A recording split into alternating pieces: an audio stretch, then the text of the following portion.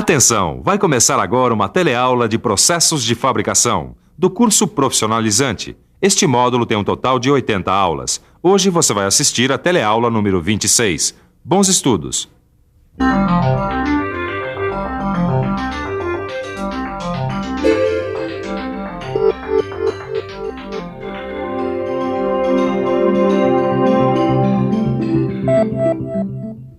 Na teleaula passada, você viu alguns processos de cortes feitos com tesouras manuais. Mas em qualquer tipo de processo de corte que você possa imaginar, vai acontecer o seguinte: o material cortado sempre vai apresentar algum sinal desse corte. Arestas,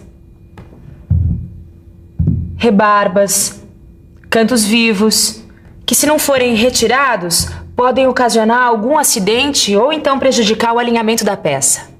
Bom, como resolver esse problema é o que você vai ver na teleaula de hoje.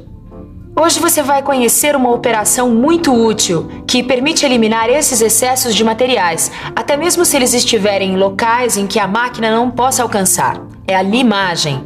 Vai aprender sobre os diversos tipos de limas e seus usos e quais os principais passos no processo da limagem. Você vai ver que o processo da limagem é quase todo ele manual, embora ele possa ser realizado, dependendo das circunstâncias, com o auxílio de uma máquina. Você está preparado? Então, vamos lá. Nossa teleaula de hoje está apenas começando.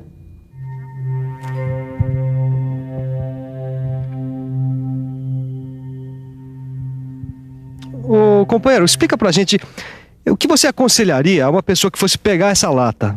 Teria que tomar cuidado ao pegar aqui, porque tem rebarbas e pode cortar o dedo, se machucar, né? Pois é. Olha só esses cantos afiados, essas rebarbas. Isso é o resultado de qualquer processo de corte. E no ramo da mecânica, isso é um problema sério. Qualquer empresa precisa contar com o auxílio de um bom profissional capacitado para retirar esses resultados indesejáveis de qualquer atividade de corte de uma peça. É claro que as máquinas ferramenta garantem qualidade e produtividade na fabricação de peças em grandes lotes. Mas existem circunstâncias em que as máquinas não são adequadas e aí se faz necessário um trabalho manual de ajustagem que depende muito da perícia de um profissional. É o caso da limagem, que usa uma que se chama lima. A lima é uma ferramenta fabricada, na maioria das vezes, com aço carbono temperado. Ela tem nas suas faces esses dentes cortantes aqui, que são chamados de picado. É com esses dentes que a lima realiza a operação de limagem, como essa que eu estou fazendo nessa peça aqui. Dá só uma olhada. Com a limagem, eu consigo retirar uma camada extra e indesejável de material. Agora, não é só pegar qualquer lima e ir limando, não. Como toda atividade, esta também tem os seus segredos e macetes, e é bom você aprender com cuidado. O primeiro deles é que existem vários tipos de lima para vários tipos de material. Olha só, tá vendo? Cada uma delas tem a sua função. Essa aqui é uma lima do tipo chata. Você vai utilizar uma lima como essa em superfícies planas, externas ou internas, com um ângulo reto ou obtuso. Essa aqui é uma lima redonda. Você vai utilizá-la em superfícies côncavas e pequenos raios. Agora, se você encontrar um ângulo agudo maior que 60 graus, não se desespere. Aí você vai poder contar com o auxílio de uma lima triangular. No seu livro você vai encontrar uma tabela pormenorizada com os vários tipos e formatos de lima. Agora, essa classificação não é só quanto ao formato delas, não. Existem diferenças como a inclinação do picado, que pode ser simples para materiais como latão e duplo para materiais do tipo aço e ferro fundido. Outra diferença entre as limas está no número de dentes. Por exemplo, a lima tipo bastarda, ela tem de 6 a 8 dentes por centímetro e é usada geralmente para desbaste. Agora, a lima do tipo mursa tem de 12 a 16 dentes por centímetro e geralmente é usada para acabamento. Agora, outra diferença está no tamanho, que pode variar de mais ou menos 4 polegadas até 12, dependendo, é claro, da superfície que vai ser limada. Como você pode ver, esse negócio de limar tem lá a sua ciência, E não para por aí. Preste atenção para aprender mais.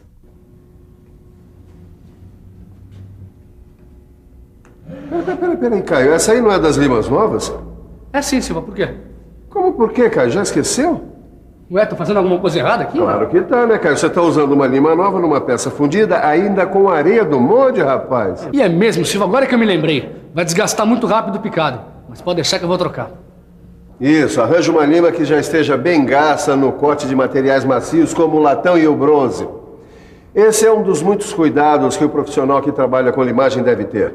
Usar lima nova somente em materiais macios. E depois, então, que ela já estiver bem usada, aí sim usar em materiais mais duros. Mas não é só isso. Caio, eu vou dar novamente algumas dicas sobre os cuidados com as limas, tá? Esse é o tipo de coisa que nunca é demais repetir. Pois bem, não fique alternando os lados da lima. Use um dos lados da lima até gastar e depois passe para o outro. Bom, isso eu já estava fazendo, Silva. Outra coisa que eu não me esqueci foi de usar uma lima adequada ao tamanho da peça que vai ser limada. Muito bem. Olha, não é bom limar peças mais duras do que o material com o qual a lima foi fabricada, tá? Quando a lima for nova, pouca pressão sobre ela durante o trabalho. Agora, quando você estiver trabalhando com uma lima já gasta, aí você pode usar mais pressão. Então vamos lá, né? E não esqueça de guardar tudo direitinho, viu? A ordem é fundamental para a preservação dos instrumentos de trabalho. As limas devem ser guardadas em suportes como esses aqui e longe da umidade. Existe também um outro grupo especial de limas. Elas são limas pequenas, como essas aqui, feitas inteiramente de aço. Elas são chamadas de limas agulha e são muito úteis em alguns trabalhos especiais. Por exemplo, se você precisar limar um furo de pequeno diâmetro, como este aqui, ou então construir uma ranhura como essa, ou mesmo fazer o acabamento de um canto vivo que ficou nesse estado aqui, olha. Bom, enfim, para qualquer superfície de pequenas dimensões que necessite de grande exatidão, você vai precisar de uma lima como essas aqui. Quanto ao formato, elas são semelhantes às limas comuns. Você vai encontrar limas agulha na forma redonda, meia cana, plana de ponta, amêndoa, faca, quadrada, triangular, plana serrada, triangular unilateral, ranhurada e rômbica. E se você precisar trabalhar metal duro, pedra, vidro ou em ferramentaria para a fabricação de ferramentas, moldes e matrizes em geral, você vai usar ainda um outro tipo de lima, as chamadas limas diamantadas. Elas são chamadas assim porque apresentam o corpo de metal recoberto com um pó de diamante fixado por meio de um aglutinante. Como você viu, o trabalho com as limas é uma operação manual. Bom, mas em alguns casos, como o rebarbamento, por exemplo, usam-se as limas rotativas. Elas também são conhecidas por fresas lima. As limas rotativas têm dentes cortantes, que são semelhantes aos das limas comuns. Elas são acopladas a um eixo flexível e acionadas por meio de um pequeno motor. E podem ser encontradas em formatos diferentes. Bom, você já sabe que existem vários tipos de limas para os mais diversos materiais e usos, né? Agora, está na hora de ficar um pouco mais por dentro das várias etapas no processo da limagem.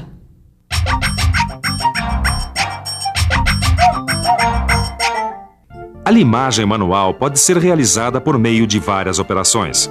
Você pode, por exemplo, ter de limar uma superfície plana. Esta operação vai produzir um plano com um grau de exatidão determinado por meio de réguas. É útil na reparação de máquinas e em diversos tipos de ajustes. A limagem de uma superfície plana paralela produz um plano paralelo cujo grau de exatidão é controlado com o auxílio de um instrumento como o paquímetro, o micrômetro ou o relógio comparador, e é empregada na confecção de matrizes, em montagens e ajustes diversos. Já a limagem de uma superfície plana em ângulo vai produzir uma superfície num ângulo reto, agudo ou obtuso, cuja exatidão tem de ser verificada através de esquadros.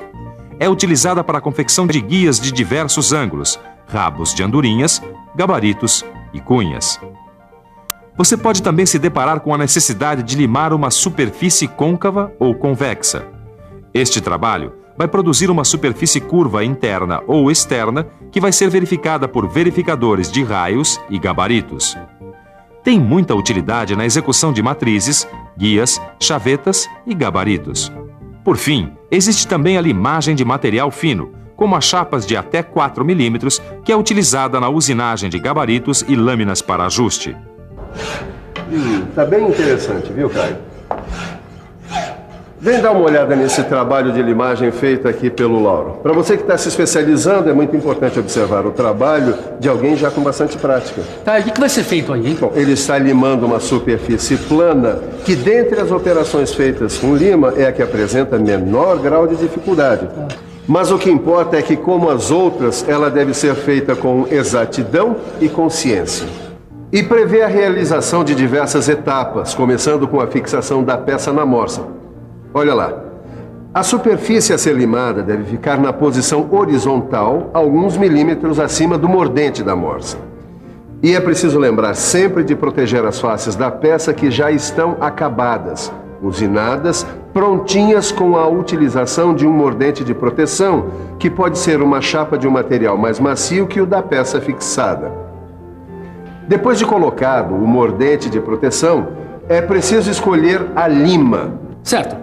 E no caso, como é uma superfície plana, deve ser uma lima chata. Esse é o melhor modo de se segurar a lima para verificar se o cabo está bem fixado. Depois, apoie a lima sobre a peça, observando a posição dos pés.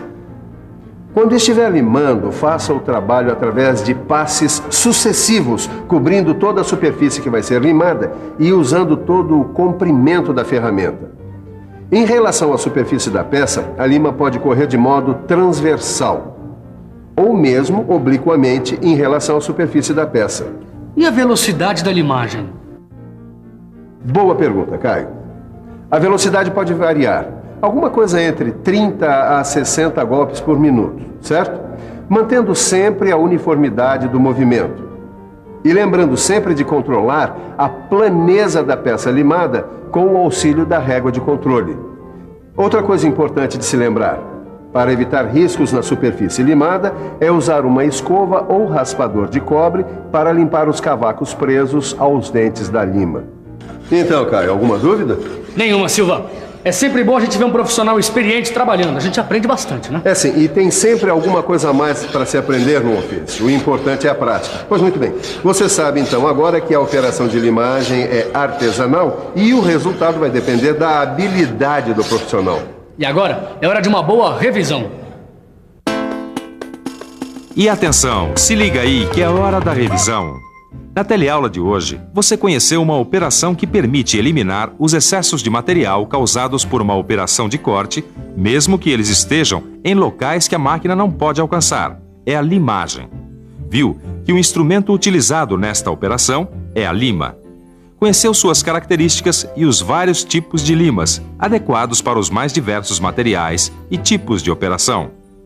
Aprendeu também que a limagem, como toda operação no mundo da mecânica, tem que seguir várias etapas para ser bem realizada, levando-se sempre em conta o cuidado com o material, a escolha adequada das ferramentas e dos instrumentos de trabalho. Na teleaula de hoje você aprendeu muita coisa sobre a limagem e constatou que o aumento da produtividade e a uniformização dos resultados é o grande desafio dessa atividade. Será que é possível vencer esse desafio? Você vai descobrir isso na próxima teleaula. Até lá!